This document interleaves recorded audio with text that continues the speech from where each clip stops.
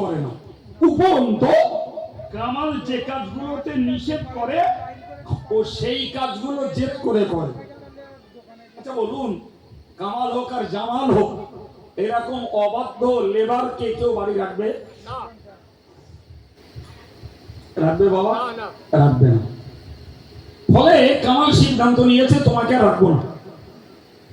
গ্রামের 20টা অসামাজিক যুবক কামালকে সে হুমকানি দিয়ে গেল, এ একটা কাজ করতে পারবে না, ওর ইচ্ছা মতো ও চলবে, উপরন্তু মাস গেলে বেতন দিতে হবে, ওকে সানালি, ওকে অনুষ্ঠান খরচ দিতে হবে, ওর পোশাক পরিচ্ছদ এবং ওর স্বাস্থ্যের চিকিৎসা সব তোমায় করতে হবে।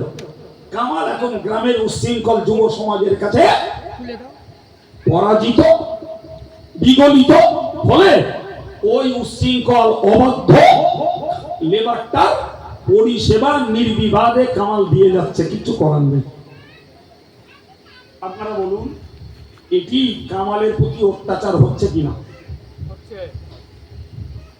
আমি একজনের রোজ করলাম না, সবার।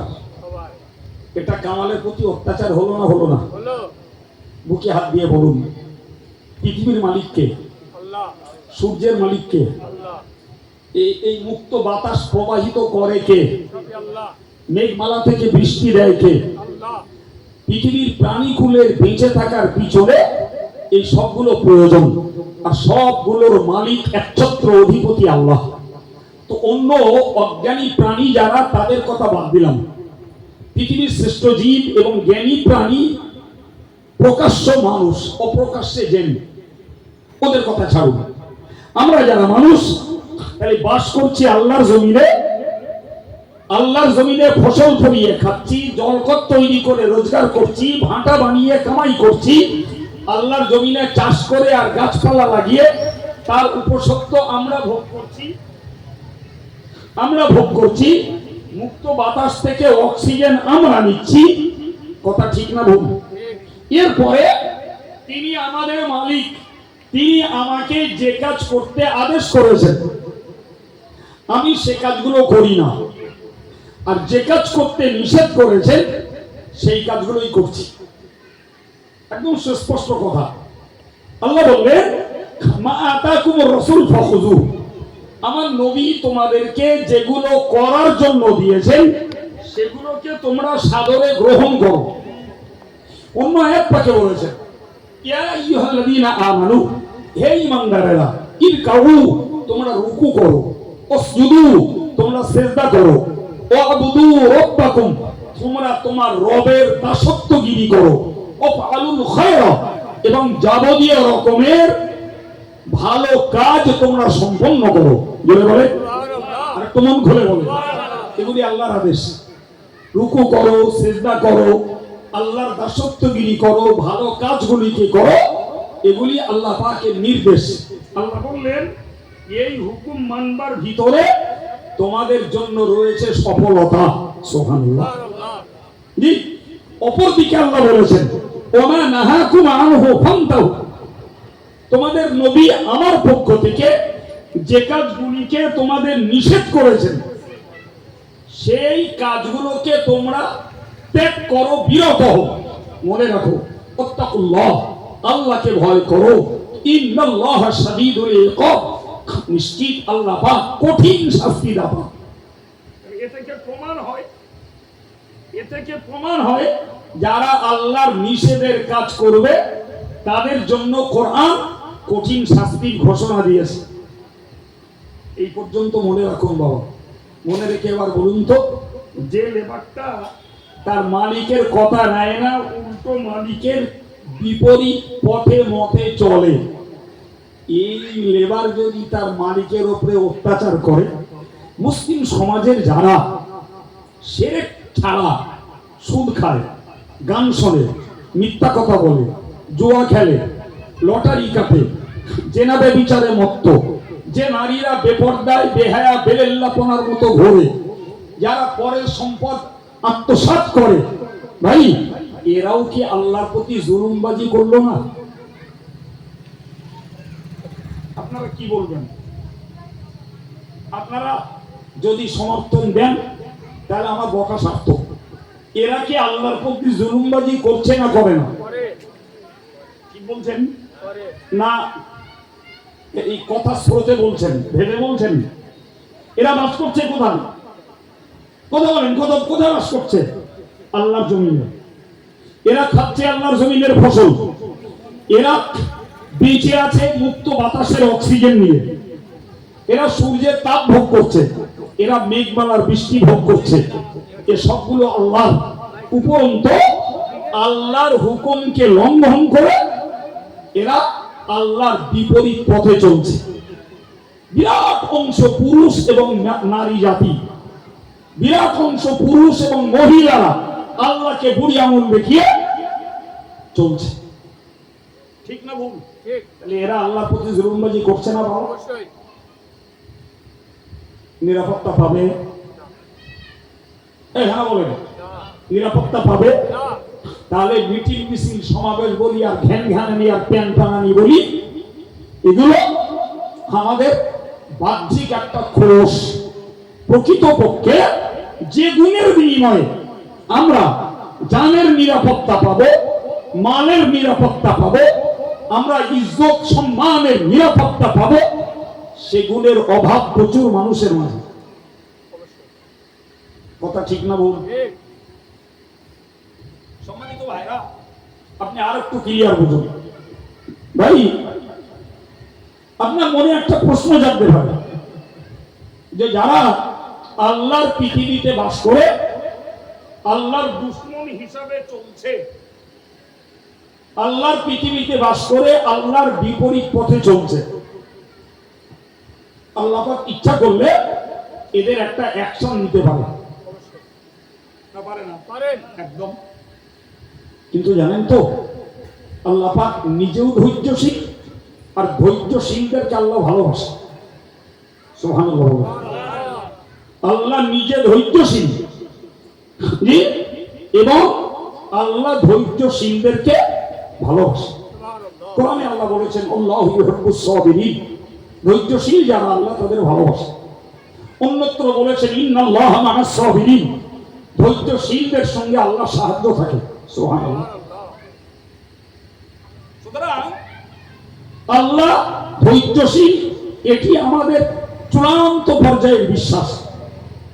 আপনি তাকিয়ে দেখুন ভাই, নমরুদের খোদার সঙ্গে লড়াই করার অভিপ্রায় মানসিকতা, ফেরাউনের খোদায় দাবিত্ব, কারুনের ধনের বড়াইত্ব, সাদ্দাদের আল্লাহর বেহেশতে না যেয়ে নিজের বেহেশতে যাওয়া এবং বেহেশত বানানোর আত্ম অহমিকা, আল্লাহ এদেরকে চূড়ান্ত সময় পর্যন্ত সময় দিয়ে করতে দিয়েছেন।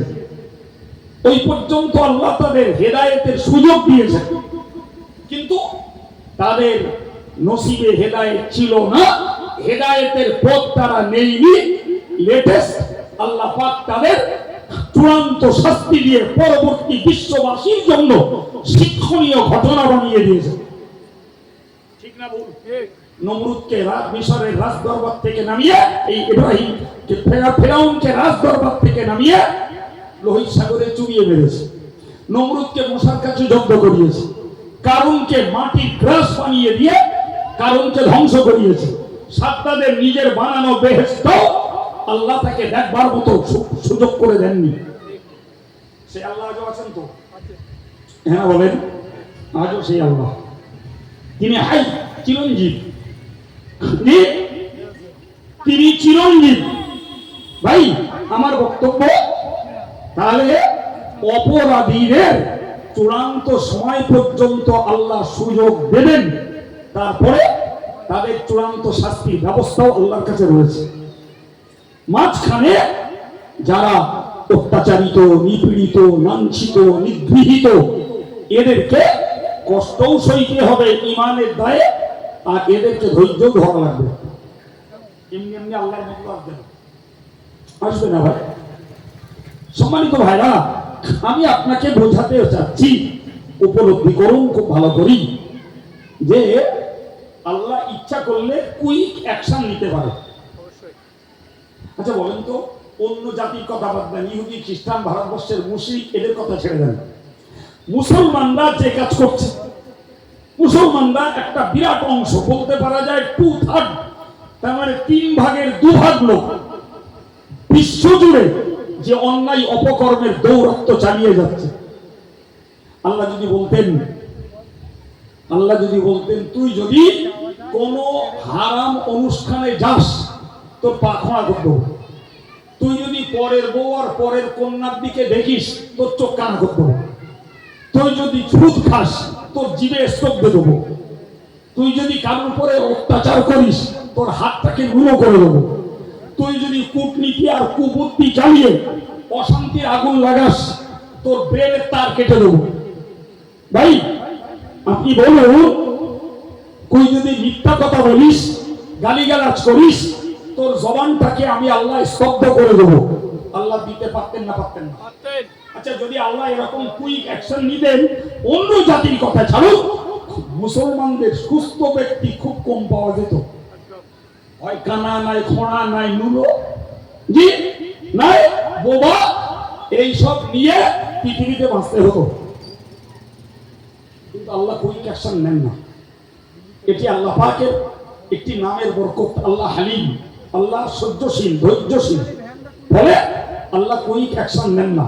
যদি মুসলিম জাতির নারী আর পুরুষ আর অধ্যত্ত যুব সমাজ যদি এরা বুঝতো যে পৃথিবীতে আমাদের জীবনযাত্রা, আমাদের খাওয়া পড়া, আমাদের সম্মান এবং জগৎ মাঝে আমাদের দৌরত্ব চলছে একমাত্র আল্লাহ পাকের দয়ায়, তাহলে আব্দুল কাইয়ুমের ওয়াজ শোনার আগে এদের নিজেদের বুদ্ধির মাত্রা পরিচয়ে এরা আল্লাহর পথে ফিরে আসতো।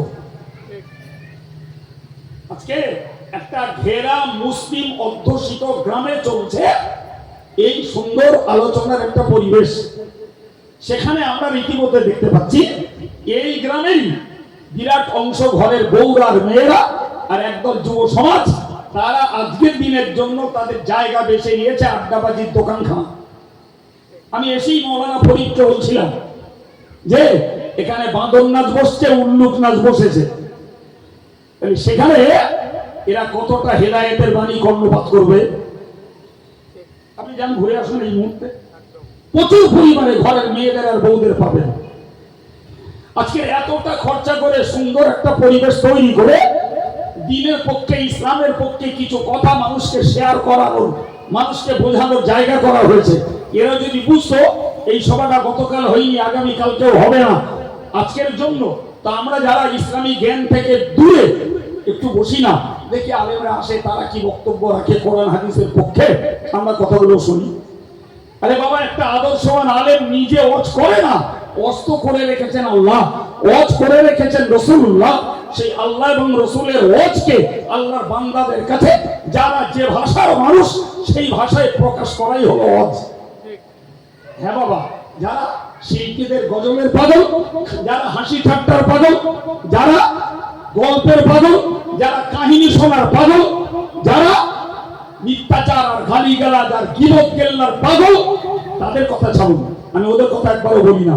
যারা দায়িত্বশীল আলেম, যারা আদর্শবাদ, তারা জাতির কাছে হাসায় না, গল্প করে না, তারা কাহিনী বলে টাইম পাস করে না, তারা গিবত গেল্লা করে করে জাতিকে পাপের দিকে ঠেলে দেয় না। কথা ঠিক না ভুল? প্রিয় ভাই আমার, আপনি খুব সহজে একটা জিনিস বুঝুন যে আল্লাহর কথা বলেছি, আল্লাহ হালিম, আল্লাহ সহ্যশীল, আল্লাহ ধৈর্যশীল, আল্লাহ কুইক অ্যাকশন, তাড়াতাড়ি প্রতিক্রিয়া আল্লাহ দেখায় না। কেন? আল্লাহ সুযোগ দেয়, দেখি বান্দা ধাতস্থ হয় কিনা, বান্দার জ্ঞান বুদ্ধি সংবিত ফিরে আসে কিনা, দেখি বান্দা তওবা করে ভালো পথে ফেরে কিনা, এই সুযোগ আল্লাহ দেন। আর যত সুযোগ দেয় এরা মনে মনে করে আমরা বোধহয় সাধু নিরপরাধী, ফলে এত কিছু করছি, সুদখুরি, গানখুরি, অত্যাচার, ব্যভিচার, নানা কুয়াচার এবং নারীর জন্য বেপরদা সব করছি, ওই তো কিচ্ছু হয় না, কিচ্ছু হয় না। এর পিছনে একটা রহস্য বুঝুন। রহস্যটা হলো ভাই, আল্লাহ পাক চূড়ান্ত পর্যায়ে শাস্তি দুনিয়াতে সবাইকে দেবেন না। কখনো কখনো একটু নাকা নিচু বাড়ি, একটু ঝাঁকাঝাঁকি কখনো করবে, কখনো বন্যা, কখনো খরা, কখনো আমফান, কখনো করোনা, একটু একটু নাড়াচাড়া আল্লাহ দেবে। জি, অতি যদি তোরা ভালো হস না কপাল ভালো, না হলে মনে রাখিস আল্লাহ বলেছেন ওলা নুজি কন্নাহুম মিনাল আযাবিল আদনা, আমি তোদেরকে দুনিয়ায় অল্প অল্প শাস্তি দেব, দুনাল আযাবিল আকবার, মহা শাস্তির পূর্বে। এই যে অল্প অল্প শাস্তিটা আমি দেব, লাআল্লাহুম ইয়ারজিউন, যাতে করে তোরা ইবলিসের রাস্তা থেকে ফিরে আমি আল্লাহর রাস্তায় আসতে পারিস, এই সুযোগ। ভাই আপনাদেরকে একটা কথা বোঝান, নিশ্চয়ই পড়ুয়া মানুষ কিছু থাকবে না, তাকে সম্পর্কে প্রিয় ভাই। তো মনে করুন একটা ছেলে স্কুলের সেন্টার ক্যান্ডিডেট, ধরুন মাধ্যমিক পরীক্ষা দেবে, সে অ্যাডমিট পেয়েছে, অ্যাডমিট নিয়ে হলে ঢুকলো, মাস্টার মশাই তাকে আগে অ্যান্সার পেপার দিয়ে দিলেন, এরপরে তাকে কোশ্চেন পেপার দিলেন ঘড়ির সময় দেখে, তাহলে প্রশ্ন দেখে এবার উত্তর লিখবে, এটা পরীক্ষার্থীর কাজ। যিনি ইনভিজিলেটর, পরীক্ষা পরিদর্শক যিনি, তিনি প্রশ্নপত্র দেওয়ার পরে এবারে হলটা ঘুরে ঘুরে দেখছেন। তো ঘুরতে ঘুরতে দেখে একটা ছেলে পুরো উত্তরটা আলফাল লিখছে, একটা প্রশ্নের সঙ্গে তার উত্তরের কোনো মিল নেই। শুনছেন? ওই ছেলেটা কিছুক্ষণ পরে বলছে, স্যার আমার এই কলমটা একটু রব খাচ্ছে, আমারটা কলম দিয়ে একটু হেল্প করেন, আমার কাছে আর কলম নেই। তো মাস্টার বললে যে তুই ভুল উত্তর লিখছিস, তোর কলম হবে না। ও সেই কলম দিয়ে পেতো মেতো করে লিখে পেজগুলো শেষ করেছে। বলছে স্যার আমাকে দুটো একটা লুজ শিট দেন, আমার কাগজ শেষ হয়ে গেছে। বলছে তুই ভুল উত্তর লিখছিস, তোর লুজ শিট হবে না। কিছুক্ষণ পরে ছেলেটি বললো যে স্যার আমার তৃষ্ণা পেয়েছে, আমাকে একটু পানি দেন। তো বললো তুই ভুল উত্তর লিখছিস, তোর পানি হবে না। খানিকক্ষণ পরে ছেলেটা হলের ভিতরে সেন্সলেস হয়ে অজ্ঞান হয়ে পড়ে গেল। স্যার বললে খবরদার ওর মাথায় কেউ পানি দিও না, বাতাস দিও না, ও ভুল উত্তর লিখছে, পড়ে থাক। কিছুক্ষণ পরে ছেলেটা ধাতস্থ হলো, জ্ঞান ফিরে এলো, ও বাড়ি যে পরীক্ষার হলের টোটাল রিপোর্টটা ওর পরিবারকে দিল। আপনারা বলুন, ওর পরিবারকে খবর দেওয়ার পরে ওই মাস্টারের অবস্থা ভালো হবে না খারাপ, তারই বলে খারাপ হবে। খুব ভালো উত্তর দিয়েছেন, ঠিকই ভাই। ও ভুল লিখুক আর ঠিক লিখুক, ও যতক্ষণ হলের ক্যান্ডিডেট, ওকে পুরো পরিষেবা দেওয়া লাগবে। কথা ঠিক ভাই। আমি আলিয়া ইউনিভার্সিটিতে 7 বছর শিক্ষকতা করেছি, 12 বছর চাকরি থাকতে জামিয়া চালানোর স্বার্থে আলিয়ার চাকরি ছেড়ে দিয়েছি। নিশ্চয়ই আমি এই যুগের এক পাগল, যে যুগে লোক চাকরির জন্য লালায়িত হয়, সেই যুগে আমি চাকরি ছেড়ে দিয়ে চলে এসেছি। এখন চাকরি থাকলে মিনিমাম 40,000 টাকা বেতন, ছেড়ে দিয়ে চলে এসেছি। তো যখন শিক্ষকতা করেছি, আমাদের এই ছেলেটি এও সেখানকার ছাত্র ছিল। তো পরীক্ষার হলে আমি যত বড় হুজুর হই, ছাত্রদের কাগজ বয়ে দেওয়া, কি পানিটা এগিয়ে দেওয়া, কি ছাত্রদের কোনো সুখ সুবিধা হলে সেটা দেখভাল করা, এমনও ছাত্র দেখেছি হল থেকে বাইরে এসে, হুজুর বেয়াদবি মাফ করবেন, আপনি আমাদের খেদমত করছে, বলে দেখো ওটা আমার ডিউটি, আদর বাইরে, আমার সম্মান বাইরে, কিন্তু আমি যখন এখানকার শিক্ষক, এটা আমার ডিউটি, ওটা করাই লাগবে। তুমি যেই হও না কেন, এরা পরীক্ষার্থী, ওদের পরিষেবা দিতেই হবে। প্রিয় ভাই আমার, এখন আপনি বলুন, ওই যে ছেলেটি কাগজ চাইলেও পেল না, কলম চাইলে পেল না, পানি চেয়ে পেল না, অসুস্থ হলো সেবা পেল না, এটি কখনো হলের নিয়ম নয়। হলে তার সেবা দেওয়া লাগবে। ও ভুল অ্যান্সার করছে, বিনিময়ে আপনি ওকে single zero, double zero, triple zero, খাতা চেক করার সময় যা পারবেন দেবেন, সেখানে ওর পরিবারের কিচ্ছু বলার নেই। কিন্তু হলে ঢুকিয়ে পরিষেবা না দিলে মাস্টারের খবর আছে। সম্মানিত ভাইরা, মনে রাখবেন জ্ঞানীদের বক্তব্য, দুনিয়া দারুল ইমতিহান, এই দুনিয়া হলো একটা পরীক্ষার হল। আমরা এসেছি পরীক্ষা দেওয়ার জন্য, এর রেজাল্ট আউট হবে কিয়ামতের মাঠে। এখন আমরা ভুল উত্তর লিখি আর ঠিক লিখি, দ্যাট মিন্স আমরা আল্লাহর কথা মতো চলি, আল্লাহর অবাধ্য হয়ে চলি। আল্লাহ আমাদের থাকা, খাওয়া, শ্বাস প্রশ্বাস, তাপ, বৃষ্টি, সুস্থতা, বাপ মা, বিবি বাচ্চা সব কিছুর যোগান আল্লাহ আমাদের দিয়ে যাচ্ছে। তোরা এখন ভোগ করবো না, এখন ভোগ করে নে। আমি আল্লাহ যখন তোদের লাইফ স্টাইল দেখবো, তোদের জীবনের খাতা খুলবো, তখন তোরা সিঙ্গেল জিরো পাবি না, ডবল জিরো পাবি না, ট্রিপল জিরো পাবি, তখন দেখবো। এখন তোদেরকে আমি পূর্ণ পরিষেবা দিয়ে যাব। দিয়ে তোকে আমি পৃথিবীর একটা সময়কাল তোর মায়ের গর্ভে থাকাকালীন বেঁধে দিয়েছি যে তোকে 60 বছর এই হলে থাকতে দেবো, 70 বছর তোকে এই হলে থাকতে দেবো। তোর জন্য আমার নির্দেশ হলো তুই আমার আদেশের কাজ করবি, নিষেধের কাজ ত্যাগ করে চলবি। তুই যদি এর বিপরীত পথে চলিস, তোকে আমি পৃথিবীতে হালকা পাতলা তোকে শাস্তি দিলেও চূড়ান্ত শাস্তি তোর জন্য অপেক্ষা করছে কিয়ামতের দিন। প্রিয় ভাইরা আমার, এই সুস্পষ্ট কথাগুলো যদি আমার জাতির সাবালেক সাবালিকা ছেলে মেয়েরা বুঝতো, আমি আল্লাহর প্রতি ভরসা করে বলতে পারি তাদের জীবনে পরিবর্তন আসতো। কিন্তু এর কপাল পোড়া, এরা কথাগুলো মন দিয়ে শোনেও না, শুধু শুধু হাওয়া তোলে, ওয়াজ দিয়ে হেদায়েত হয় না। আরে হেদায়েত মানে কারো ধরে জান্নাতে পাঠানো নয়, হেদায়েত মানে হলো আল্লাহর কাছে পৌঁছানোর সঠিক রাস্তাটা দেখিয়ে দেওয়া। চলার দায়িত্ব তোর বাবা। প্রিয় ভাইরা আমার, তো আমি আপনাকে বোঝাতে চাইছি আল্লাহ পাক কুইক অ্যাকশন নেন না এই জন্যই যে আল্লাহ আমাদেরকে এই পরীক্ষার হলে থাকার একটা নির্দিষ্ট সময়কাল বেঁধে দিয়েছে। এই জন্য আল্লাহ কুইক অ্যাকশন নেন না, সেই পর্যন্ত আল্লাহ পরিষেবা দিয়ে যাবেন। কিন্তু নিঃসন্দেহে এর চূড়ান্ত পানিশমেন্ট, উচ্চ পর্যায়ের শাস্তি নেওয়াই লাগবে, ক্ষমা কারণ না। আল্লাহ ছেড়ে দেয়, ছাড় দেয় না।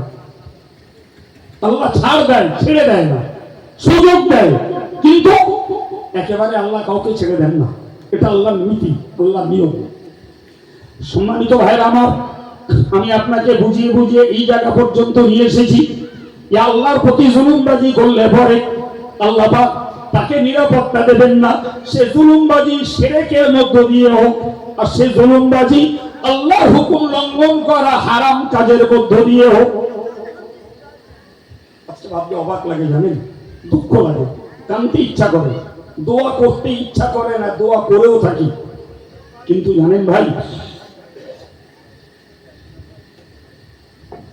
সত্যকারের কথা বলছি, আকাশ থেকে বৃষ্টি হয়। এই বৃষ্টি এঁটেল মাটিতে পড়ে, বেলে মাটিতে পড়ে, কাঁকুড়ে মাটিতে পড়ে, দোআঁশ মাটিতে পড়ে। আমাদেরকে দেখা মনমনস্ক হবেন না, আমি আপনার কাছে কাহিনী আর গল্প বলতে বসিনি, ব্রেনগুলো কালচার করছি। আবার বলছি, আকাশ থেকে বৃষ্টি হলে বেলে মাটি, দোআঁশ মাটি, কাঁকুড়ে মাটি, এঁটেল মাটি সব মাটিতে পড়ে। আমরা চাষিবাসী মানুষ, বলুন তো, একই বৃষ্টি এই ভিন্ন চরিত্রের মাটির উপরে পড়ছে, ওই বৃষ্টির উপকারিতা সমানভাবে সব মাটিতে পাওয়া যায়? নিশ্চয়ই নয়। এক কথাই বলেছেন, আপনাদের অ্যান্সার কারেক্ট, উত্তর সঠিক। ভাই ঠিক ততই বছর মনে রাখুন, আমরা যত দোয়া করি না কেন ভাই, দোয়াটাকে যদি বৃষ্টির মতো ধরে নেন, তাহলে দোয়া পাওয়ার জন্য উপযুক্ত পাত্রটাও চাই। না কি বলছেন? বিয়ে না করে যদি কেউ পীর বুজুর্গের কাছে যেয়ে বলে হুজুর একটু দোয়া করেন আমার যেন একটা ছেলে হয়, তো বিয়ে না করে ছেলে হয়? বলেন বাবু, বলেন। হ্যাঁ, বিয়ে না করে ছেলের আশা ব্যক্ত করা যেমন বাতুলতা, নিজের দোয়া পাওয়ার যোগ্যতা না থাকলে যত বড় পীর বুজুর্গের কাছ থেকে আলেমের কাছ থেকে দোয়া নেন, ও দোয়া ব্যর্থ। আপনি বলুন, আমি আপনাকে উদাহরণ দিয়ে বলছি। জি, তাই 1980 সাল থেকে 2025 চলছে, এই পর্যন্ত ফিলিস্তিনের মুসলমানেরা ইসরায়েলের কাছে মার খাচ্ছে। শিশুরা, মেয়েরা, স্কুল পড়ুয়ারা, হসপিটালের পেশেন্ট জি গড় পড়তায় পাইকুড়ি হারে ইসরায়েলরা মারছে জি, তারা নামাজ পড়তে যাচ্ছে, সেখানে গুলি খাচ্ছে। আমাদের দেখে কান্নায় বুক ফেটে যাচ্ছে। তাদের জন্য বিশ্ব মুসলমান দোয়া করছে, একদিন দুদিন ধরে না। জি, প্যালেস্টাইন মুক্তি মোর্চা যার নেতা ছিলেন ইয়াসির আরাফাত, সারা জীবন চেষ্টা করেও তিনি প্যালেস্টাইনকে ইসরায়েলের কবল থেকে মুক্ত করতে পারেননি। তিনি ইন্তেকাল করে গেছেন। চলছে আজও যুদ্ধ। প্রিয় ভাই, এরা ইমানদার। খুব ভালো করে বুঝুন, যারা ইমানের সঙ্গে অত্যাচার মিশিয়ে ফেলেনি তাদের নিরাপত্তার ওয়াদা ঘোষণা কার? চিল্লে বলেন আল্লাহ। এরা নিরাপত্তা পাচ্ছে না কেন? কেন পায় না? আমাদের দোয়া বাদ দেন, আল্লাহর ওয়াদাটা তো মূল্য দেই আমরা। আল্লাহর ওয়াদা তাদের জন্য অ্যাপ্রোপ্রিয়েট, বাস্তবায়ন। জি, আল্লাহর ওয়াদা তাদের জন্য খাটে না কেন, আসে না কেন? আল্লাহ পাক কোরআন শরীফে বলেছেন, ওয়াকানা হাক্কান আলাইনা নাসরুল মুমিনিন। ও ঈমানদার, তোমরা মনে রাখো, তোমাদেরকে সাহায্য করা আমি আল্লাহ দায়িত্ব হিসাবে গ্রহণ করলাম। সুবহানাল্লাহ বলেন। এতদিন অশুনে এখনো সুবহানাল্লাহ বলাকে হ্যান্ডেল মারতে হয়। কি শুনলাম আর কি শেখালাম আমরা, তাই আল্লাহ জানে। একটু মন খুলে বলেন সুবহানাল্লাহ। মনে রাখবেন, সুন্নাতুল জামাতের আকীদা হলো আল্লাহর উপরে বান্দা কিছু চাপিয়ে দিতে পারে না, কিন্তু আল্লাহ যেটা নিজের দায়িত্ব গ্রহণ করেছেন এটি আল্লাহ পাকের জন্য শোভনীয়। তিনি নিজে দায়িত্ব নিয়েছেন ঈমানদারদের সাহায্য করবেন। তাহলে ঈমানদাররা আল্লাহর সাহায্য পাচ্ছে না কেন? এখন আপনি বলবেন, আল্লাহ পাক তার ওয়াদা খেলাফ করেছে। কথা বলেন, কথা বলেন, এটি কি ঈমানদার বলতে পারে? তাহলে আল্লাহ যদি ওয়াদা খেলাফ না করে, তাহলে বলতে হবে যে যারা ঈমানদার বলে দাবি করছেন এদের ঈমানের ভিতরে ঘাটতি, ত্রুটি, খামতি কিছু আছে। না কি বলবেন? ওই বলুন আল্লাহ ওয়াদা খেলাফকারী, নাউজুবিল্লাহ। অন্যথায় বলুন, যারা ঈমানের দাবি করছে এরা প্রকৃত গুণগত, যোগ্যতাগত প্রকৃত ঈমানদার এরা নয়। হ্যাঁ না বলেন একটু। জি, এবার বলেন, কার দোয়া কার জন্য কবুল হবে? কার দোয়া কার জন্য কবুল হবে বাবা? ভাবছেন কিছু? সম্মানিত ভাইরা আমার, ভালো করে মনে রাখুন, ওহদ যুদ্ধের ব্যাপারে, ওহদ যুদ্ধের সময় সংক্ষিপ্ত একদম মোদ্দা কথা বলছি। মদিনার এক কুখ্যাত মুনাফিক, নাম তার আব্দুল্লাহ ইবনে উবাই, এ রাসূলের সঙ্গ দিয়েছিল মদিনা থেকে বেরোনোর সময় ৩০০ সৈন্য নিয়ে হুজুরের সঙ্গে দিয়ে কাফেরদের মোকাবেলায় যুদ্ধ করবেন। প্রতিমধ্যে ৩০০ সেনা নিয়ে আব্দুল্লাহ ইবনে উবাই কেটে উঠল আর বলল, মদিনায় ফিরে যেয়ে যুদ্ধ করতে হবে, তাহলে আমরা আছি, অন্যথায় নাই। তো এরা যখন দলছুট হয়ে চলে গেল, বাকি ছিল রাসূলের পক্ষে ৭০০ মুসলিম সেনা। এই ৭০০কে মোকাবেলা করতে হবে ৩০০০-এর। তার মানে বলা যায় 1:4, ৪-৭-২৮, তারও বেশি। একটা মুসলমান তো ৪টে কাফের কমপক্ষে। এখন বলেন, ৩০০ লোক যখন কেটে গেল, তখন ছিল 1:3, একটা মুসলমান ৩টে কাফের। ৩০০ লোক কেটে যাওয়ার পরে অঙ্ক দাঁড়ালো একটা মুসলমান আর ৪টেরও বেশি কাফের।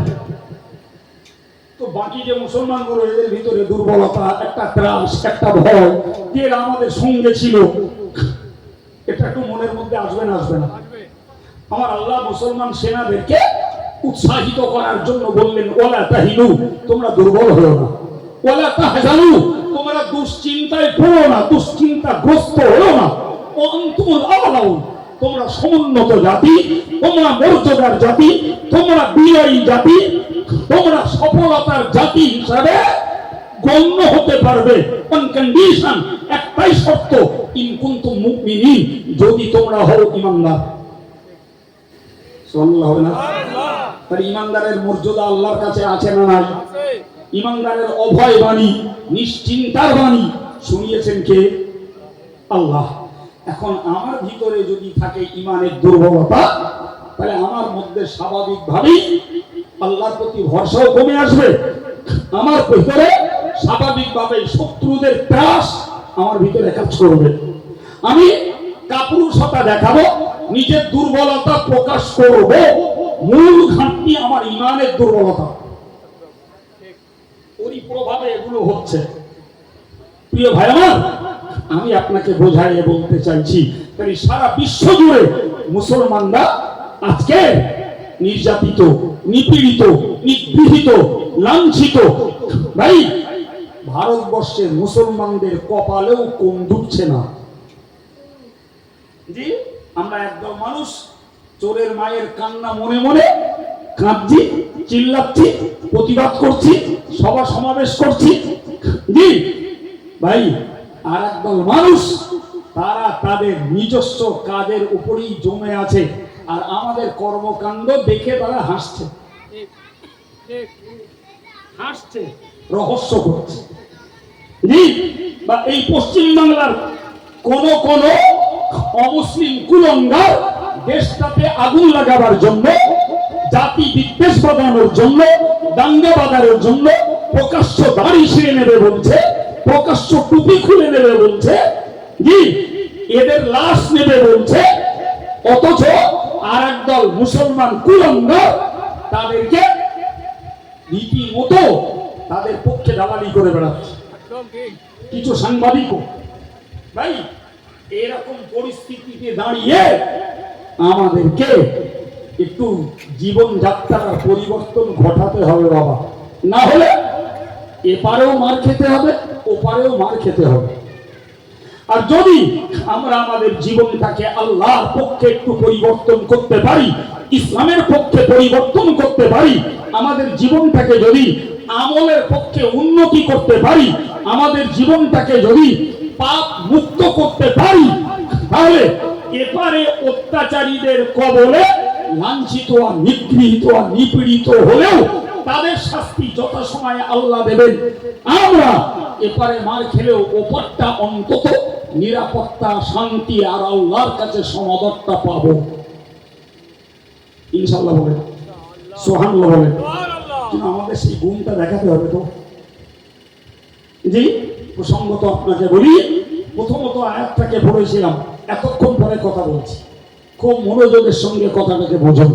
ভাই, কোরআন শরীফে আল্লাহ বলেছেন, ওয়াকালাল্লাযীনা কাফারু লিরুসুলিহিম, কাফেররা পূর্ব যুগের রাসূলদেরকে বলতো, আমাদেরকে দেখান, পূর্ব যুগের রাসূলদেরকে কাফেররা বলতো, লানুখরিজান্নাকুম মিন আরদিনা, তোমাদেরকে আমাদের দেশ থেকে বার করে দেব। কি বলতো? এই জোরে বলেন, কি বলতো? তোমাদেরকে আমাদের দেশ থেকে। আরে বাবা, দেশ ভাগ করেছি আমরা, এটা ভারত, ওটা বাংলাদেশ, ওটা শ্রীলঙ্কা, ওটা আমেরিকা, ওটা জাপান, ওটা কানাডা, ওটা হংকং, এটা ব্যাংকক, এসব ভাগ করেছি আমরা। দেশ মানে পৃথিবীর একটা পার্ট, একটা অংশ। মূলত আল্লাহ কোরআনে বলেছেন, আন্নাল আরদা লিল্লাহ ইউরিসুহা মান ইয়াশাউ মিন ইবাদিহি, জমিনের মালিক আল্লাহ, যাকে যতদিন যতটা পরিমাণ, যাকে যতদিন যতটা পরিমাণ ভোগ করতে দিয়েছেন মাত্র, মূল মালিক আল্লাহ। আল্লাহ। একটা জমিকে কেন্দ্র করে আমি বলছি জমির মালিক আমি।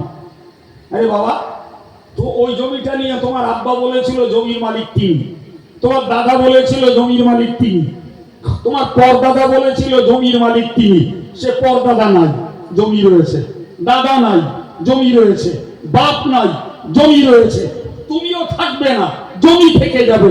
তাই যে চলে যায় সে কেমনে মালিক হয়? মালিক তো সে নয়, সে তো ভোগ দখলিকার। ঠিক না ভুল?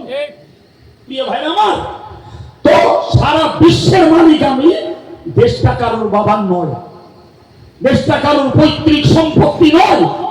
অথচ কাফেররা রাসূলদেরকে বলেছিল যে আমরা তোমাদেরকে দেশ থেকে বার করে দেব, আল্লাহ তাউযুন্না ফি মিল্লাতিনা, অথবা আমাদের ধর্মে তোমাদেরকে ফিরে আসা লাগবে। বর্তমান কি বলছে? আমাদের দেশে যখন এনআরসি হাওয়া উঠলো তখন আমরা পরিষ্কার হয়ে গেলাম। এনআরসি যারা করার জন্য আইন জারি করলো, জি ভারতের নাগরিক পঞ্জি তৈরি করলো, তারা বলো ফিক্সড কোনো ফর্মুলা দেয়নি যে 71-এর পরে যারা এসছে তারা ভারতের নাগরিক নয়, কি 51 সালের জমি দলিল যাদের আছে তারা ভারতের নাগরিক। নির্দিষ্ট সরকার কোনো গেজেট বার করেনি, শুধু হাওয়ায় হাওয়ায় আমরা শুনেছি যে 71-এর পরে এলে তাদের ভারতের নাগরিকত্ব দেওয়া হবে না। এনআরসির হাওয়া তুললো, আমরা পান্তা বাদে লাইন দিয়ে দাঁড়ালো অফিসে, পঞ্চায়েতে সর লেখে আমার পেপার রেডি করা চাই। ভুলে গেছেন না? মনে আছে? চাষ বন্ধ, দোকান বন্ধ, রোগী ঘন্টার পর ঘন্টা দাঁড়িয়ে রয়েছে জি পেপার সোজা করার জন্য। ভাই আপনি আমায় বলুন, ভালো করে বুঝে বলুন যে ওই যুগে কাফেররা রাসূলদেরকে বলেছিল যে তোমাদেরকে দেশ থেকে বার করে দেবো অথবা তোমাদেরকে আমাদের দলে মতে ফিরে আসা লাগবে। বর্তমানে এরা তাই বলবো। কি বললো? যারা বিদেশ থেকে অমুসলিমরা এদেশে আসবে তারা শরণার্থী, অতএব তারা পাবে জামাই আদর। আর যদি বিদেশ থেকে মুসলিমরা এদেশে আসে এরা হলো অনুপ্রবেশকারী, এদের জন্য কি তার মানে ফুটবলের লাঠি। দেশে জায়গা নেই, বর্ডারে চলে যাও, ওপারে পার হতেও পারবে না, বর্ডারে না খেয়ে শুকিয়ে বিবি বাচ্চা নিয়ে ওখানে মরো। কথা শুনতে পাচ্ছেন কি? জি। আর যদি কোন অংশে তুমি তাদের দলে যেতে পারো তোমার জন্য জামাই আদর। এই ভারতবর্ষে প্রচুর পরিমাণে কুলঙ্গার নামীয় মুসলমানেরা তারা আগে থাকতে ওদের পকেটে চলে গেছে, জামাই আদর নেবে আর এই দেশে থাকবে। সম্মানিত ভাইরা আমার, আমার আল্লাহ বললেন ফাওয়াহা ইলাইহিম রাব্বুহুম লানুহলিকান্নায যালিমিন। আল্লাহ রাসূলদের কাছে ওহী পাঠিয়ে দিয়ে বললেন, হে আমার রাসূলের দল, তোমরা মনে রাখো আমি আল্লাহ তোমাদেরকে জানিয়ে দিলাম তোমাদের প্রতি যারা অত্যাচার করছে, তোমাদের প্রতি যারা অবিচার করছে, তোমাদের প্রতি যারা সাম্প্রদায়িকতার আগুন লাগিয়ে দিচ্ছে, এই অত্যাচারীদেরকে আমি আল্লাহ ধ্বংস করে ছাড়বো। সুবহানাল্লাহ বলেন। অত্যাচারীদের ধ্বংস করবেন, এটি কোরআনের ঘোষণা। কি মনে হচ্ছে ফেরাউন যদি যায়, নমরুদ যদি যায়, হামান যদি ধ্বংস হয়, কারুন যদি ধ্বংস হয়, সাদ্দাত যদি ধ্বংস হয়, আবু লাহাব যদি জাহান্নামে যায়, তাহলে বর্তমান দেশের ফেরাউন আর হামান যে কটা আছে এ কটা কি ধ্বংস হবে না? মনে হচ্ছে জি। তার আগে আমাদেরকে তো অগ্নি পরীক্ষা দেওয়াই লাগবে। এক অগ্নি পরীক্ষা আমলের প্রতি শক্ত হতে হবে, আর এক অগ্নি পরীক্ষা পাপ আচরণ থেকে বাঁচতে হবে, আর এক অগ্নি পরীক্ষা অত্যাচারীদের অত্যাচারে ধৈর্য ধরতে হবে। এগুলো তো দেওয়াই না জি। আল্লাহ বললেন ওদেরকে ধ্বংস করে দেবো, এ নিয়ে তোমাদের টেনশন নেই। দেশটা ওদের বাপের না, পৃথিবীর মালিক আমি। কি করবো? ওয়ালানুসকিনান্নাকুমুল আরদ, অত্যাচারীকে ধ্বংস করব আর তোমাদেরকে এই ভূপৃষ্ঠে জন্মভূমিতে থাকতে দেব। এই ঘোষণা কার? জোরে বলে। আল্লাহর কথা ইমানদার বিশ্বাস করবে না প্রদীপ বাবু আর রামকমল চ্যাটার্জি আর নীলিমা ভট্টাচার্য কারা বিশ্বাস করবে? ইমানদাররা। সেই কোরআন বলছে যে অত্যাচারীদেরকে ধ্বংস করে তোমাদেরকে তোমাদের জমিনে তোমাদের জন্মভিটে থাকতে দেব, তবে তোমাদের পক্ষ থেকে আমি আল্লাহকে দুটি গুণ দেখাতে হবে। কটা গুণ? জোরে বলেন। দুটি গুণ তোমাদের দেখানো লাগবে। নাম্বার 1, যালিকা লিমান খাফা মাকাম, জি নিরাপত্তা এবং স্বদেশে তোমাদের বাসস্থান মরণ আমি আল্লাহ ব্যবস্থা পাকাপাকি করে দেব। আমি আল্লাহর মর্যাদাকে তোমাদের ভয় করা লাগবে। কাকে ভয় করা লাগবে? আল্লাহকে ভয় করা লাগবে। ভাই বিশ্বাস করুন, দাবিতে আমরা তুঙ্গে, কিন্তু এইটা বুঝি না যে দাবি করলে দলিল দেখাতে হয়। কি বলেছি জোরে বলেন? কথা উচ্চারণ করেন, মুখস্থ হবে। দাবি করলে একদম বিনা দলিলে পৃথিবীর কোন আদালতে কারোর দাবি গ্রান্টেড হয় না। এই যে জায়গাটা মাহফিলটি অনুষ্ঠিত হচ্ছে, আমি দাবি করছি এই জায়গাটা আমার। তো আপনারা তুঙ্গে সমালোচনা শুরু করলেন। ওনার বাড়ি এখান থেকে 15-20 কিলোমিটার দূরে, এই জায়গা ওনার কি করে হয়? বিরাট সমালোচনার ঝড় উঠলো। উনি মিথ্যাবাদী, ওনার জমি না, উনি দাবি করছেন। দুজন জ্ঞানী লোক বললে, আচ্ছা ভাই, তোমরা অযথা কেন ওই লোকটার দাবি নিয়ে এত সমালোচনা পর্যালোচনা কি দরকার হচ্ছে? আচ্ছা, উনি বলছেন জায়গাটা ওনার, ওনাকে বলুন দলিলার রেকর্ডটা দেখাতে। কথা বলেন তো, দলিল রেকর্ড যদি আমার হয়, 20 কিলোমিটার না 2000 কিলোমিটার দূরে আমার বাড়ি হলেও জায়গা আমার।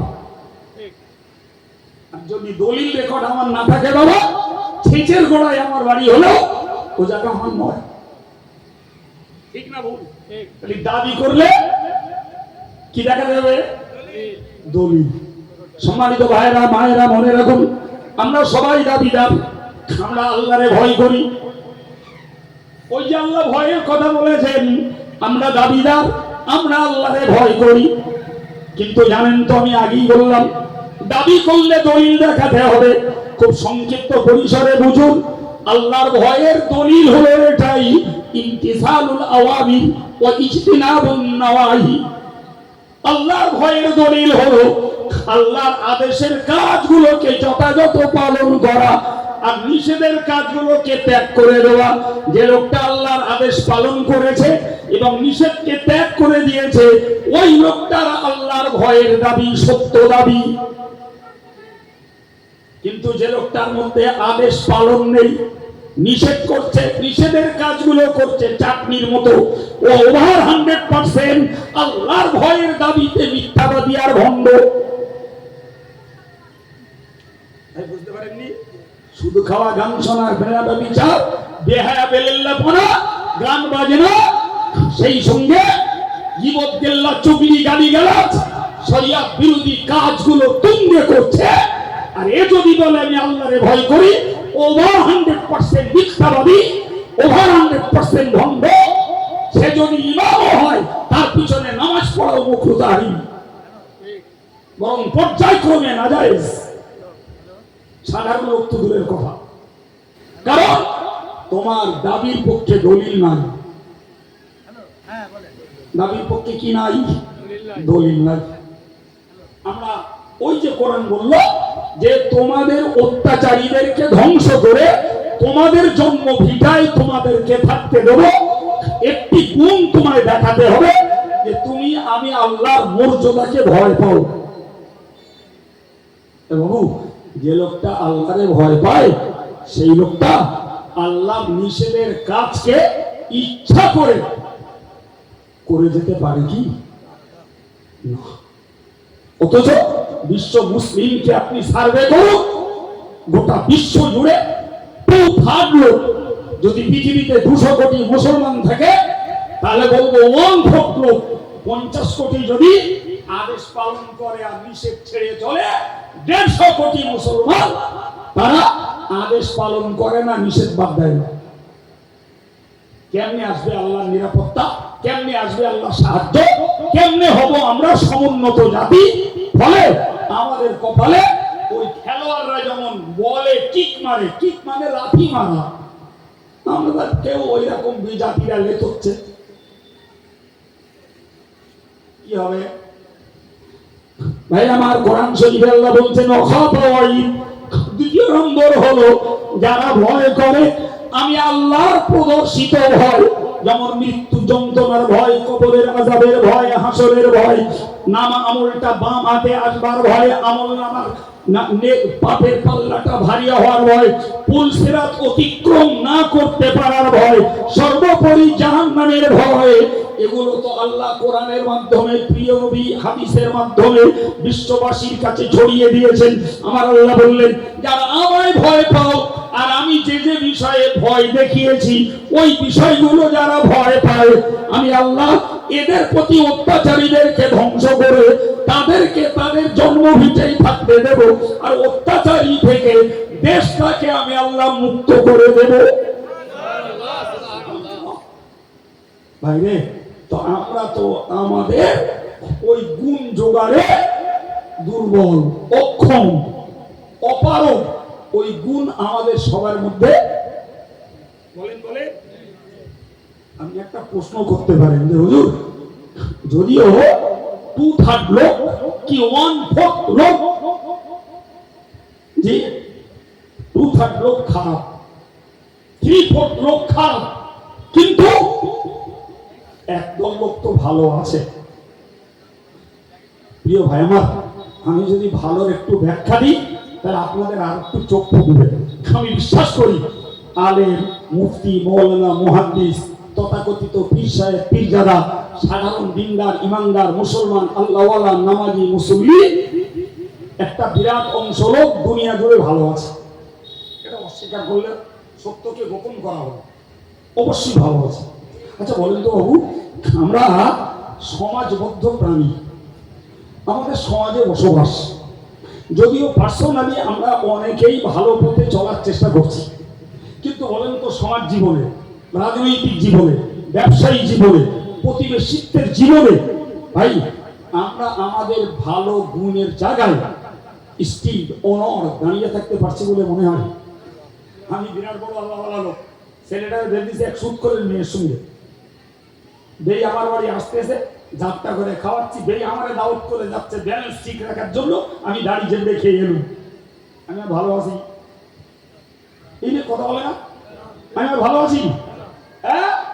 ভাই আমার প্রতিবেশী একজন মাতাল, তার দায় বিদায় আমারে ছুটতে হয়, আমার দায় বিদায় সে ছোটে, তার বাড়ির কোদালটা লাগলি আমার বাড়িতে নিয়ে যায়, আমার একটা কাস্তের দরকার, তার বাড়িতে নিয়ে আসি, সে আমার কাছে কখনো টাকা ধার করে, কখনো প্রয়োজনে আমি তার কাছ থেকে টাকা ধার করি। ভাই এই যে লেনদেন, অন্যায় অপরাধ যেই পারে করুক, তার সঙ্গে আমার আছে।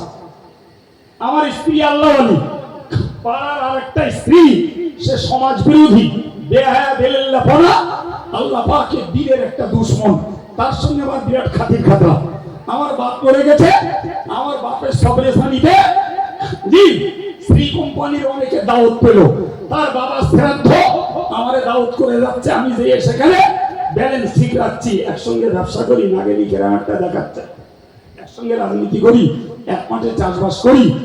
ভাই তাহলে আমরা পার্সোনালি যত ভালো হই না কেন, মনে মনে মন্দের থেকে এড়িয়ে চলার মানুষ খুব কম, বরং প্রকাশ্য মন্দের সঙ্গে মিশে চলার মানুষের সংখ্যা বেশি।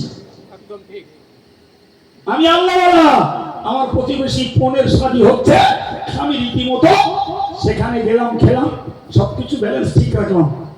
আমার সাধুতা, আমার স্বচ্ছতা, আমার পবিত্রতা রক্ষা পাচ্ছে বাপ। বলে রাখবেন এই জন্যই না ভাই, এই জন্যে দেশে যখন বন্যা হয়, আপনাদের কেমন মনে হয়? বন্যা হয়েছে দেশে, সারা মাঠ ডুবে একাকার, শুধু মৌলানা সাইফুজ্জামান সাহেবের ক্ষেতটা জেগে আছে, উনি আল্লাহওয়ালা লোক। তাই জি দেশে খরা হয়েছে, সব ক্ষেত ফেটে চৌচির হয়ে গেছে, শুধু কাইম সাহেবের ক্ষেতটা বাকি আছে, কাইম সাহেব ওয়াজ করে হুজুর। তাই দেশে আমফান হয়েছে, আম গাছ পড়ে ভূত আর আম পড়ে লুট হয়ে গেছে, শুধু ভালো আছে হাই সাহেবের গাছগুলো। হাই সাহেব আল্লাহওয়ালা লোক। তাই এরা দেখেছেন জীবনে, এই দেখেছেন খোদার গজব যখন আসে, ভালো আর মন্দ কেউ ছাড় পায় না বাবা। কারণ আমরা পার্সোনাল সাধু হলেও আমরা সমাজগত ভাবে সাধু থাকতে পারছি না বাবা। সুতরাং খোদার গজব এলে সবাইকে মার খেতে হবে। কিন্তু মনে রাখবেন, মনে রাখবেন, যারা আল্লাহওয়ালা, যারা দিনদার, যারা পরহেজগার, যারা আদেশের কাজ পালন করে, নিষেধের কাজ যারা ত্যাগ করে চলে, নিঃসন্দেহে আল্লাহ পাকের রাসূল বলেছেন কিয়ামতের দিনে আল্লাহ পাক এদের পাওনা গন্ডা দান করে দেবেন। আর একটু জোরে বলেন, এদের পাওনা গন্ডা আল্লাহ কিয়ামতের মাঠে এদেরকে শোধ করবেন। কি কিন্তু দুনিয়াতে যেহেতু আমরা একাকার, শাস্তি যখন আসবে ভালো আর মন্দ সবাইকে ভোগ করা লাগবে। বাপ সম্মানিত ভাইরা আমার, আমি উঠে পর্যন্ত একটানা কিছু জ্ঞানমূলক কথা চর্চা করার চেষ্টা করেছি। শেষ কথায় আমি আপনাদেরকে অনুরোধ করছি, বাবু ইহকালে আমি বলেছি মার খাই আর নির্যাতিত হই, পরকালে অন্তত আমরা বাঁচতে পারবো যদি ব্যক্তিগতভাবে হলেও নিজের ঈমান আমলকে ঠিক রাখি আর অন্যায় অনাচার থেকে যদি দূরে থাকার চেষ্টা করি। দুনিয়াতে মার খাবো, কে একসঙ্গে থাকার জন্য শাস্তির কিছু ভাগ নসিবে জুটবে, কিন্তু ওপারটা অন্তত বেঁচে যাবে। আর যদি আমরা নিজের ব্যক্তিগত আমলটা ঠিক না রাখতে পারি বাবা, তাহলে নিশ্চিত করে মনে রাখুন এপারেও মার খেতে হবে, ওপারেও মার খেতে হবে, কিছু করার নয়। আল্লাহ আমাদের এই সত্যকে বোঝার তৌফিক দেন এবং ব্যক্তিগত জীবনটাকে ইমানের পক্ষে, ইসলামের পক্ষে, নেক আমলের পক্ষে কায়েম রাখার, আর পাপ আচরণ থেকে নারী পুরুষ যুব সমাজ সকলকে বেঁচে চলার মতন আল্লাহ তৌফিক নসিব করেন। সবাই বলুন আমিন।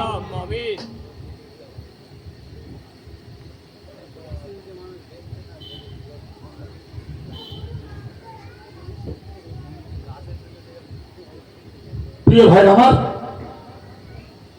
যদি আমার অজে আপনাদের কিছু উৎসাহ, কিছু জ্ঞান এবং নিজেদের জীবনটাকে আল্লাহর পক্ষে তৈরি করার কিছু রসদ, কিছু বুদ্ধি পেয়ে থাকেন, আমি অনুরোধ করব দিনদার ইমানদার আল্লাহওয়ালা যারা, চেষ্টা করি আসুন আমরা একটু আমাদের আমলের উন্নতি ঘটাই, একটু জিকিরে মন দিই, একটু তাসবিহ পড়ায় মন দিই, একটু ফিকিরে মন দিই, আমরা একটু নফল ইবাদতে মন দেই এবং আল্লাহ পাকের কাছে আমরা একটু কাঁদতে চেষ্টা করি। আমার মুসলমান ভাইয়েরা, মায়েরা, আমার স্নেহাশী যুবক যুবতী যারা, তাদেরকে অনুরোধ করি যে পৃথিবীর এই দেশের এই অস্থির পরিস্থিতিতে আমরা অন্তত শত্রুদের খোরাক না হই, চেষ্টা করি অন্তত নিজেদের জীবনটাকে পরিবর্তন করে আল্লাহর সন্তুষ্টির পথে জীবনটাকে একটু দাঁড় করাতে পারি, একটু চেষ্টা করি। প্রিয় ভাই আমার, এই পর্যন্ত বলি। আমি আপনাদের কাছে একটা দাবি রাখছি, ছোট্ট একটা দাবি। সিংড়াটির প্রতিষ্ঠান চলে, তারপরেও সিংড়াটির প্রচুর মানুষ আমাদের সংগঠনের অন্যান্য প্রতিষ্ঠানে দান ধান করে, খাস করে জামিয়া রহমানিয়াতেও অনেকে দান ধান করেন। আল্লাহ আপনাদের দানের ধারাবাহিকতা কায়েম রাখুন। সেই সঙ্গে আমার একটা স্থায়ী অনুরোধ, যারা আজ অবধি জামিয়ার সদস্য হননি, একটু দয়া করে জামিয়ার খেদমতের খাতায় একটু নাম রাখতে 100-200 পারেন একটা জামিয়ার বাৎসরিক সদস্য হন। এখানকার এজেন্ট কেউ হয়েছেন কিনা আমি জানি না, জি, যদিও ডিপার্টমেন্টটা দেখে আমাদের অন্য একজন ছেলে, ফলে আমি জানি না। যদি কেউ এজেন্ট হয়ে থাকেন তার কাছেই সদস্য হতে পারবেন। যদি এমন এজেন্ট কাউকে না পান, আপনারা নিশ্চয়ই জানেন জি হযরত মাওলানা সাইফুজ্জামান এবং হযরত মাওলানা রফিকুজ্জামান, তারা দুজনেই জামিয়ার উপযুক্ত খাদেম, দৈনিক তারা যাতায়াত করেন।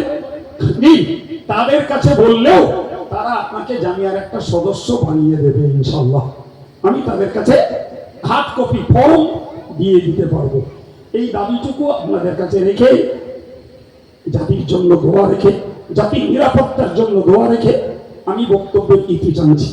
আমার স্নেহভাজন পরবর্তী বক্তা, আমাদের সংগঠনের তরুণ লড়াকু কর্মী হাফেজ মাওলানা আব্দুর রাকিব সাহেব, তিনি মঞ্চস্থ হয়েছেন, তিনি আপনাদের কাছে আলোচনা করবেন। আমার মাওলানা ফরিদ আমার কাছে তো দাবি করছেন, পরিশেষে তো সব রেসানি হবে। একজন মহিলা, তিনি এক খতম কোরআন পড়েছেন, তো তার একটু দাবি আমার একটু সব রেসানি করার জন্য। যদিও আমার সময় কমে এসেছে, তারপরেও আপনাদেরকে নিয়ে একটু ছোট্ট দোয়া সব রেসানি করছি। পরে আবার ওয়াজ হবে, শেষ দোয়া, শেষ সব রেসানি মাহফিলের শেষে হবে। একবার দুরূদ শরীফ, আল্লাহুম্মা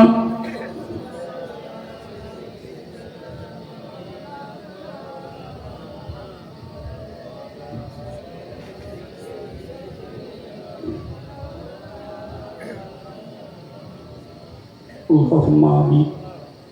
الحمد لله رب العالمين، والصلاة والسلام على سيد المرسلين وعلى آله وصحابه أجمعين. ربنا فاغفر لنا ذنوبنا وكفر عنا سيئاتنا وتوفنا مع الأبرار. মেহেরবান আল্লাহ, আমাদের সকলের জীবনের সমূহ গুনাহকে মাফ করে দেন। আমাদের পরিবারের যারা এই দোয়ায় শরীক নেই তাদেরকেও ক্ষমা করে দেন। আল্লাহ, আমাদের ছেড়ে যারা ঈমান নিয়ে কবরে গেছেন ঈমানদার মুর্দাদেরকে মাফ করে দেন। আল্লাহ, আমাদের জীবনের ত্রুটি বিচ্যুতি ভরা ইবাদত আমাল জিকির তাসবিহ তেলাওয়াত যত কিঞ্চিত আল্লাহ তুমি কবুল করে নাও। খাস করে আজকের এই সুন্দর মাহফিলটাকে তুমি কবুল করো আল্লাহ। বিশেষ করে তোমার যে বান্দী তার স্বামীর উদ্দেশ্য করে এক খতম কোরআন শরীফ তেলাওয়াত করে পাঠিয়েছেন, তার জবানের ভুলকে তুমি মাফ করো। সন্তুষ্ট হয়ে তুমি যে সওয়াব নসিব করো।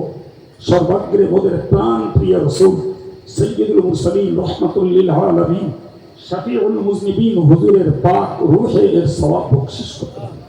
হুজুরের আলা আওলাদ আসওয়াজে মুতাহহারা সাহাবায়ে কিরাম তাবেঈন তাবা তাবেঈন পিরানে তরিকাত বুজুর্গানে দ্বীন আউলিয়ায়ে কিরাম উলামায়ে কিরাম মুফাসসিরিনে কিরাম মুজাদ্দিদিনে কিরাম মুহাদ্দিসিনে কিরাম আল্লাহ মুআল্লিমিনে কিরাম সকলের রূহের সওয়াব বখশিশ করো। আল্লাহ, तमाम পৃথিবী তোমার সমস্ত মাহবুবা বান্দা বান্দীদের রূহের সওয়াব বখশিশ করে দাও। সমস্ত আম্বিয়া কিরাম আলাইহিমুস সালাম হুজুরদের রূহের সওয়াব পৌঁছে দাও। মাযহাবের ইমাম তরিকার পীরগণ হুজুরদের রূহের সওয়াব পৌঁছে দাও। ফুরফুরা শরীফের দাদা হুজুর কিবলা তার আল আওলাদ তার খলিফা সকল হুজুরদের রূহের সওয়াব পৌঁছে দাও। বসিরহাট আল্লামা হুজুর দরগাহপুরী সাহেব হামিদি সাহেব সরসিনা পীর সাহেব কালিয়ানী সুফি সাহেব হাফেজ সাহেব হুজুর কিবলা তৎসহ আমার আব্বাজির রূহের সওয়াব বখশিশ করে দাও। আল্লাহ, দেশের যত আলেম ওলামা ইমাম মুয়াজ্জিন হাফেজ সাহেব হাজী সাহেব যারা দ্বীনের খেদমতে যুক্ত থেকে কবরস্থ হয়েছেন, আল্লাহ তাদের সকলের রূহের সওয়াব বখশিশ করে দাও। আল্লাহ, আমাদের সংগঠনের অনেক আলেম ওলামা কর্মী বিদায় নিয়েছে, তাদের সকলের রূহের সওয়াব পৌঁছে। আল্লাহ, আমরা যারা দুটি হাত উঠেছি, আমরা কেউ আব্বা হারা, কেউ মা হারা, কেউ বাপ মা উভয় হারা, দাদা দাদি নানা নানি শ্বশুর শাশুড়ি, আমাদের কারো স্বামী নেই, কারোর স্ত্রী নেই, কারোর কলিজার টুকরা বাচ্চা নেই। আল্লাহ, তাদের সকলের জন্য দোয়া চাইছি। আল্লাহ, কেউ যদি কষ্টে থাকেন আল্লাহ তুমি আরাম নসিব করে দাও, আযাবুল কবর থেকে নাজাত দান করো, এর সওয়াব তাদের রূহে তুমি বখশিশ করে দাও। খাস করে মাওলা, তোমার যে বান্দী তেলাওয়াতে কোরআন করে পাঠিয়েছেন তার মরহুম স্বামী আব্দুল জলিল সাহেবের রূহে সওয়াব তুমি বখশিশ করে দাও।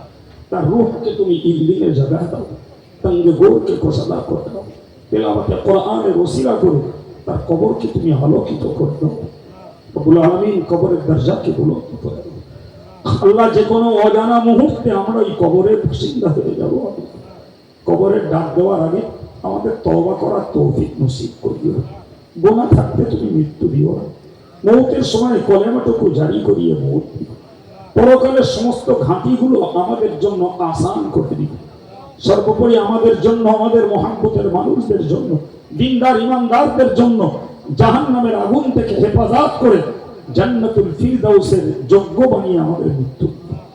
হে আল্লাহ, আজকের এই মাহফিল কায়েম করতে যারা সময় দিয়ে, শ্রম দিয়ে, পয়সা দিয়ে সুন্নতুল জামাতের পক্ষে যে যুব সমাজ খেদমত দিয়েছেন তাদের সকলকে হেদায়েতের উপরে তুমি কায়েম রেখে দাও। জান মালের হেফাজত করো, হালাল রুজি রোজগারের খায়ের ও বরকত তুমি কায়েম রেখে দাও। আমাদের প্রত্যেকের দিলের নেক তামান্নাকে তুমি কবুল করে নাও। সাল্লাল্লাহু তাআলা আলা নবিয়িল কারীম ওয়া আলা আলিহি ওয়া আসহাবিহি আজমাইন ওয়ারহামনা মাআহুম বিরহমাতিকা ইয়া আরহামার রাহিমিন ওয়া বিহাক্কি লা ইলাহা ইল্লাল্লাহ মুহাম্মাদুর রাসূলুল্লাহ। সম্মানিত ভাইরা আমার,